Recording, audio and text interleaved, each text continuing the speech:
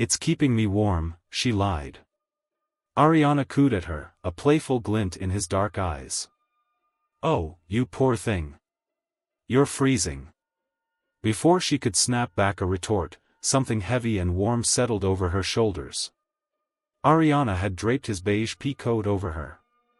It was massive, smelling of cedar and expensive woodsy cologne. The fabric felt like a soft blanket against her skin. She reached up to hold the lapels, the heat from his body still clinging to the lining. Without the coat, Ariana stood in just a black turtleneck. The thin fabric did little to hide the way his muscles moved as he walked. Is that better? He asked. It is, she admitted, tucking her chin into the collar to hide a blush. Thank you. They reached the entrance of the West Wing, and Marisol reluctantly started to shrug the coat off. She held it out to him, but he didn't take it. What are you doing? He asked. I'm going to my dorm, Marisol said. I need to study. I have a paper on early colonial settlements to write. Ariana waved her off. You have the rest of the week for that. You're spending the day with me. I really can't, she countered. If I don't do it now, I'll procrastinate until Monday morning. I'm running on zero motivation. Ariana rolled his eyes. He stepped closer, his presence looming over her. You have very little discipline for someone on a full scholarship to a school like Billionaire Heights. I know, she sighed. That's why I'm going to go work. Spend the day with me, he said. His voice was firmer now, leaving less room for argument. No.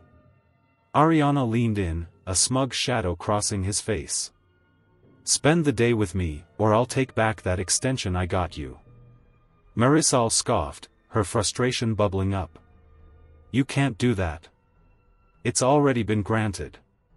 I'll go to Professor Aranda and tell him you lied to get out of the work, Ariana threatened.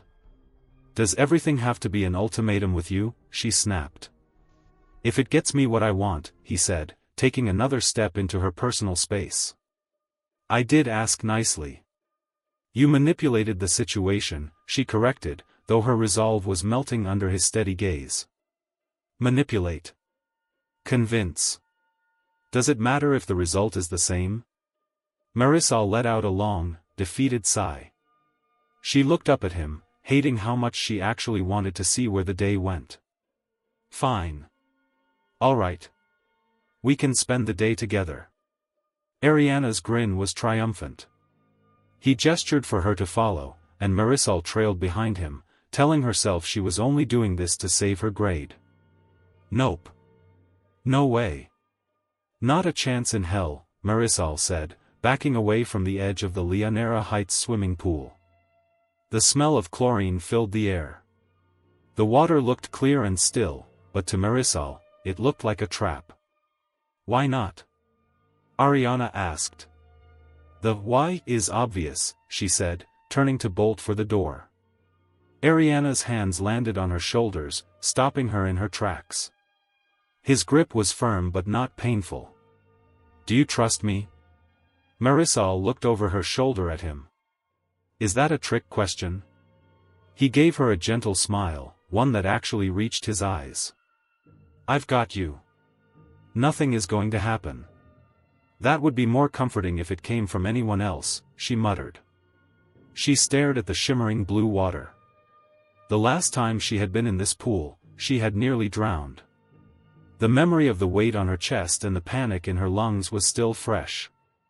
You aren't teaching me to swim, she said. Not here. You're getting a private lesson from the swim captain, Ariana reminded her. You're in safe hands. Your safe hands almost let me go under last time, she reminded him. Ariana stepped around to face her. I won't let you drown. I promise. It's a little bit of discomfort for a lifetime of a new skill. Don't you want to go to the beach or kayak without being terrified? Marisol thought about the school trips she'd sat out, watching everyone else play in the waves while she hunted for shells on the sand. She hated the fear. She hated feeling weak. Fine, she whispered. But one condition. I stay in the shallow end. No deeper than 4 feet. And if you let me drown, I will haunt you for the rest of your life. Ariana's dark eyes twinkled. Sounds fair. Go get changed. 5 minutes later, Marisol emerged from the locker room wearing a borrowed navy blue one-piece. It fit like a second skin, leaving her back exposed. She felt vulnerable as she walked back out to the pool area. Ariana was already in the water. He was shirtless, his forearms resting on the concrete edge. Marisol froze for a second.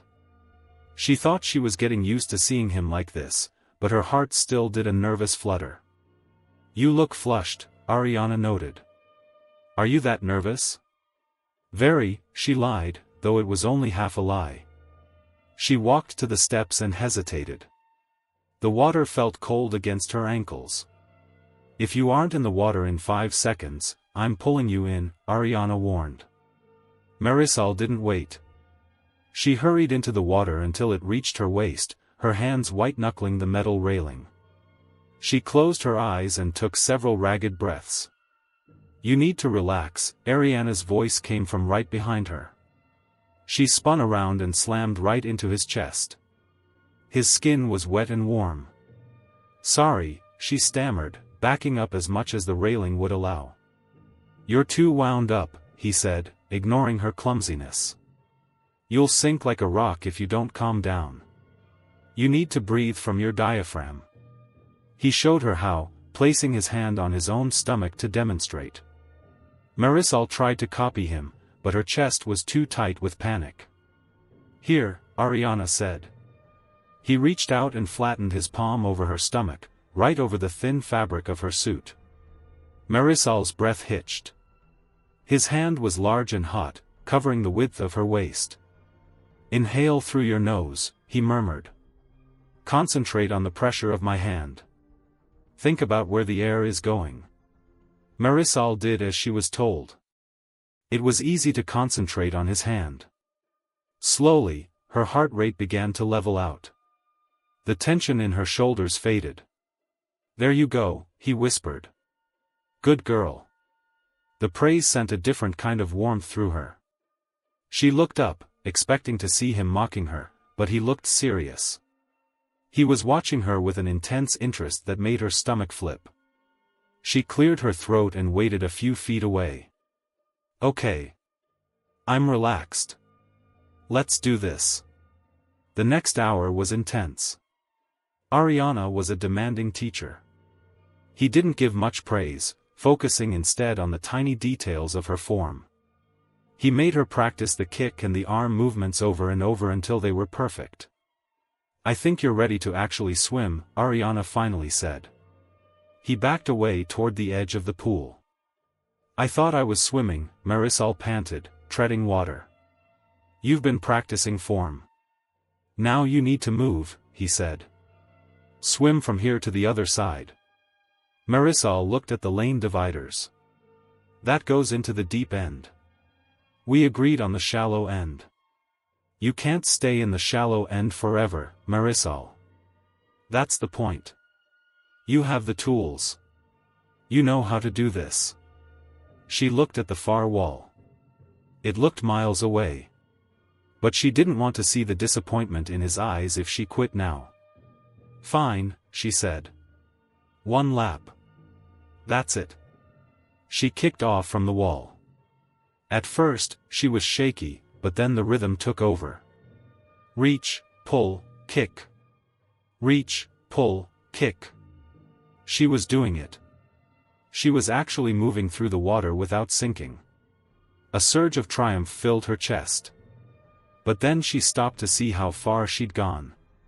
She looked down. The floor of the pool had vanished into a deep, dark blue. She was in the 9-foot section. Panic slammed into her like a physical weight. Her muscles seized up. Her rhythm broke. No, she gasped, splashing wildly. I can't, I'm sinking. The water closed over her mouth. She flailed, her heart hammering against her ribs. Suddenly, a strong hand clamped around her wrist. Ariana hauled her upward. He was out of the pool now, leaning over the edge to hold her up. Marisol grabbed for the concrete wall, her fingers slipping. "Thank you," she choked out, blinking water from her eyes. "Pull me up. Please." Ariana didn't pull her up. He stayed there, holding her halfway out of the water, a smirk growing on his face. "You know," he said calmly. "It's a shame you're here with me and not Camillo." Marisol's eyes widened. "What? Who is Camillo?" "My teammate," Ariana teased. "The one you said was so amazing at the meet last week. My ego is a bit bruised. I don't know if I have the strength to help you." "Ariana, stop," she hissed, her fingers losing their grip on his hand. "Pull me out." "You said you couldn't take your eyes off him," Ariana continued, looking completely unbothered by her panic. "I was joking," she yelled, digging her nails into his palm. "I don't care about Camillo. I don't know. You were very adamant." The truth spilled out of her before she could stop it. "I wasn't watching Camillo. I don't even know what he looks like. I was watching you the whole time. You were the only one I was looking at." In a single, fluid motion, Ariana gripped her arm and swung her up onto the deck. Marisol collapsed onto the concrete, gasping for air. Her lungs burned, and her heart was still racing. Once she caught her breath, she turned and glared at him. "You asshole. You almost let me drown." Ariana chuckled. "You were fine. You just needed to stop freaking out." "I hate you," she spat. "No, you don't," he said, looking down at her with a confident grin. Marisol didn't argue. Instead, she lunged forward, placed both hands on his bare chest, and shoved him with every bit of strength she had left. Ariana tumbled backward into the water with a loud splash. When he surfaced, he wasn't angry. He was laughing. "You're going to pay for that," he shouted. "So, do you actually own a t-shirt, or were you born in a designer sweater?"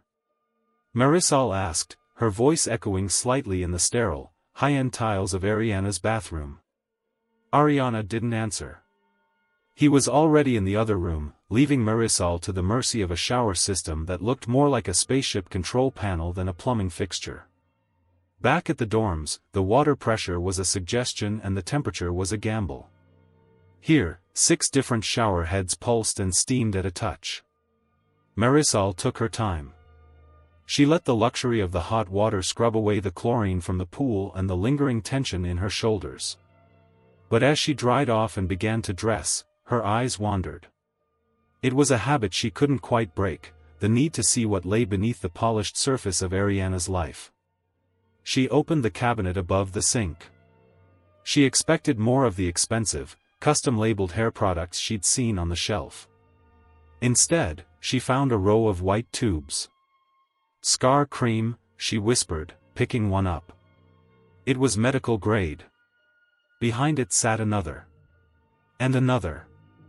There were at least 10 different brands of gels, serums, and heavy-duty silicone sheets. She rotated a bottle in her hand, reading the bold text, "Removes old and faded body scars." Her mind flashed back to the pool. She remembered the thin, jagged lines on his left ankle. At the time, they had seemed like a minor detail, a ghost of an old childhood accident. But this wasn't the stash of someone who had forgotten an old injury. This was the collection of a perfectionist obsessed with erasing a flaw. She set the bottle back exactly where she found it and closed the door. The click of the magnet felt oddly loud. The week blurred into a strange, rhythmic routine. Wednesday was another swim lesson, less drowning, more splashing. By Thursday, Marisol found herself standing in the lobby of a drafty local theater, the smell of artificial butter heavy in the air. A 3-hour foreign film? Marisol looked at the poster, then back at Ariana. He looked entirely too composed for a mid-afternoon movie, his forest green pullover making her blue Henley look like a rag. "You're paying, right?" Because I'm not spending my laundry money on subtitles. Ariana reached for his wallet. I think I can manage the entrance fee, Marisol. As they stood at the counter, the teenager behind the glass stared at them with glazed eyes. He looked like he'd been born and raised on popcorn fumes. Do you want a snack? Ariana asked, glancing at her. No, I'm good, Marisol said quickly. Her mother's voice rang in her head like a bell. That $8 bucket is a gallon of milk. It's a pack of your stepfather's cigarettes. You didn't waste money on things you could live without. Ariana arched an eyebrow. Really? Because you've been staring at that popcorn machine like it holds the secrets of the universe. I just like the mechanics of it, she lied. You're a terrible liar, Ariana said, turning to the clerk. 1 large popcorn. Extra butter. Hey. When you want something, it's written all over your face, he interrupted, sliding the cash across the counter. The clerk handed over the bucket and 2 tickets. Enjoy your date, he muttered, already looking past them. Marisol felt the heat crawl up her neck. A date. Is that what this looked like? To the rest of the world, they were just 2 teenagers wasting a Thursday. They didn't see the shadow of Mateo's disappearance hanging over them. They didn't see the predator hiding behind Ariana's handsome face. They found their seats in the back of the empty theater. Marisol reached into the bucket, the warm salt a guilty pleasure. She looked at Ariana out of the corner of her eye. She knew she should be afraid. She should be far away from him. But as the lights dimmed, the only thing she felt was the strange, electric pull of his presence. The walk back to campus was filled with Ariana's critique of the film's cinematography. Marisol nodded in the right places, though she'd spent half the movie reading the subtitles and the other half wondering if he could hear her heart beating. Suddenly, Ariana pulled out his phone. He stared at the screen, a small, cold frown touching his lips. Problem? Marisol asked. He tossed the phone to her. She caught it gingerly. The screen showed a selfie of Sophia. She was pouting at the camera, holding a pair of rose-shaped diamond earrings against her ears. Think these would look good on me? The text read. I just need a special occasion to wear them. Let me guess, Marisol said, handing the phone back. She wants you to take her to the St. Benedict dance. It's her way of asking me to buy the earrings first, Ariana said. She expects them to be in her locker by Monday. Marisol felt a sharp, sudden pinch in her chest. She pictured Sophia at the dance, glittering under the lights, tucked under Ariana's arm. Will you buy them? I don't know. Should I? Ariana asked, his voice teasing. I mean, she clearly likes you. Or she thinks she does. Sophia doesn't like me, Ariana said firmly. She likes the idea of me. She likes the connection. Her family sees my last name and they see a merger, not a person. To her, I'm the ultimate trophy. Marisol kicked at a pile of dead leaves. That's kind of depressing. It's the world we live in, Marisol. People like us are raised to be tools for our families. Most people are just obligations. At best, they're useful. At worst, they're problems that need to be dealt with. The air felt suddenly colder. Marisol knew what happened to problems. She thought of Mateo. She wondered which category she was currently occupying. I'm not interested in being a trophy, Ariana continued. I have my own plans. I'm going to be a doctor. Marisol actually laughed. The sound was sharp in the quiet street. You? A doctor? You just said you hate people. I don't need to like them to fix them, he said, his voice dropping an octave. I like the objectivity of it. When you cut someone open, all the status and the family names disappear. It's just muscle, blood, and nerves. I like knowing that, for a few hours, their entire existence depends on how well I use the steel in my hand. A chill that had nothing to do with the wind raced down Marisol's spine. Only Ariana could make saving lives sound like a threat. "What about you?" he asked, turning the focus back to her. "What are your grand ambitions?" Marisol rubbed the back of her neck. "I want to go to Pratt. I want to be an artist. A real one. Not someone who paints portraits for rich people's hallways." "And if you don't get the scholarship?" "I'll get it," she said, her voice hardening. "I have to. I don't have a trust fund to fall back on. I'm betting everything on myself. If I fail, I have nothing. So I won't fail. I'm prepared to do whatever it takes." She stopped walking, realizing how much she'd just revealed. She felt exposed, like one of the patients Ariana had just described. Ariana stopped, too.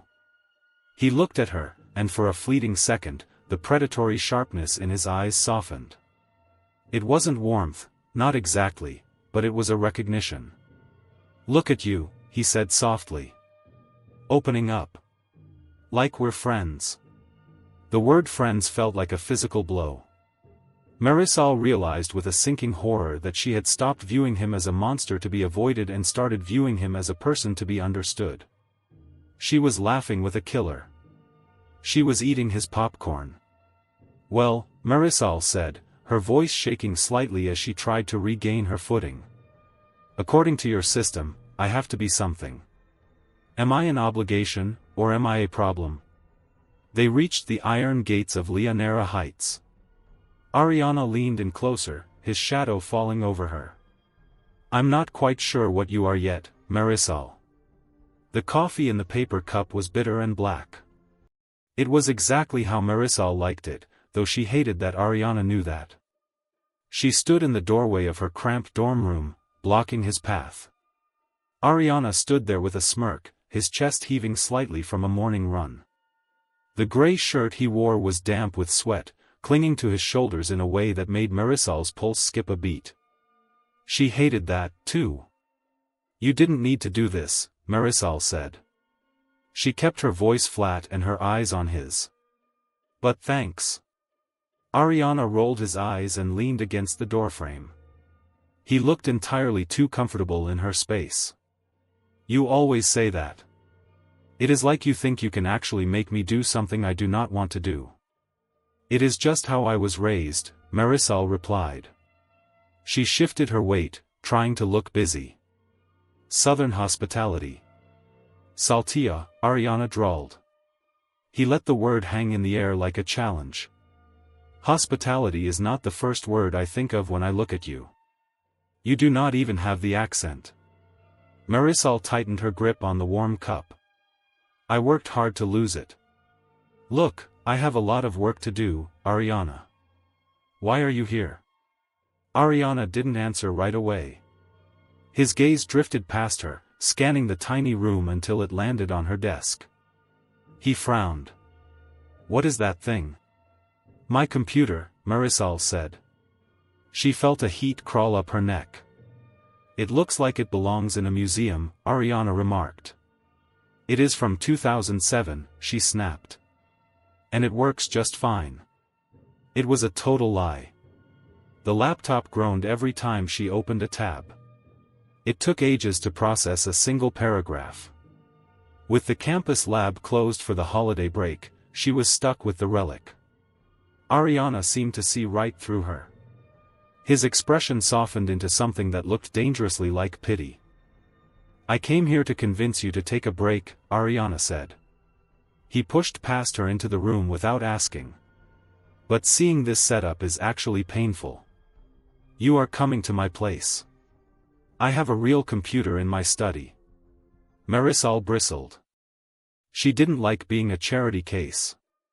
"I will pass. I have everything I need right here." It was not an offer, Ariana said. He didn't wait for her to agree. He reached down and scooped up her research papers and books. Marisol gasped, reaching out to grab them back, but he was already moving toward the door. "Hey! That is my stuff, she yelled. You can argue with me all morning, Ariana said, looking back over his shoulder.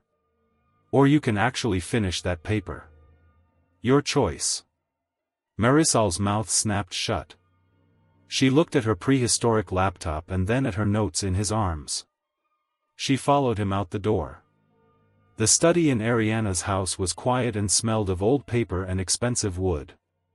The laptop he gave her was sleek and fast. For hours, the only sound was the click of keys and the rustle of pages. Ariana sat in a large leather chair across the room, buried in a thick medical textbook. Occasionally, Marisol felt his eyes on her. She kept her head down, focusing on the screen. She didn't want to think about why he was being nice. She didn't want to think about the last time she was in this house. By the time the sun began to set, her fingers were tired, but the essay was done. It is almost 6, Marisol whispered. Ariana checked the watch on his wrist. Is it? Did you finish? 10,000 words, Marisol said. She stretched her arms over her head. Her back let out a loud pop. Let me see, Ariana said. He walked over and leaned down. He placed his hands on the desk on either side of her, effectively pinning her in the chair. He was so close she could smell the woodsy scent of his cologne. If she moved even an inch, her shoulder would brush his chest. He scrolled through the document, his eyes moving fast. 3 typos in the intro, he noted. And this argument on page 2 is weak. Marisol tried to focus on the words on the screen, but her eyes kept drifting to the veins in his forearms. He looked powerful even when he was just reading. Fix the typos, Ariana said, finally stepping back. Strengthen the theme. You will get a passing grade. Marisol let out a breath she didn't know she was holding. Thanks for the feedback. A phone vibrated on the desk. Ariana pulled it out of his pocket. His jaw tightened as he read the message. I will be right back, he said. Fix those mistakes. I will check it again when I return. He walked out and closed the heavy wooden door. The click of the latch echoed in the silent room. Marisol worked for a few minutes, but her mind wouldn't stay on the essay. Her eyes kept moving toward the massive bookcase. She remembered that bookcase. It was where she had found Mateo's journal. That book was the proof of what Ariana really was. It was the evidence of the dark side he tried to hide behind expensive watches and good grades. She stood up. A chill ran down her spine, but curiosity won. She needed to see that journal again. She needed to remind herself why being here was a bad idea. She scanned the rows of medical books, her fingers brushing the spines. The journal was gone.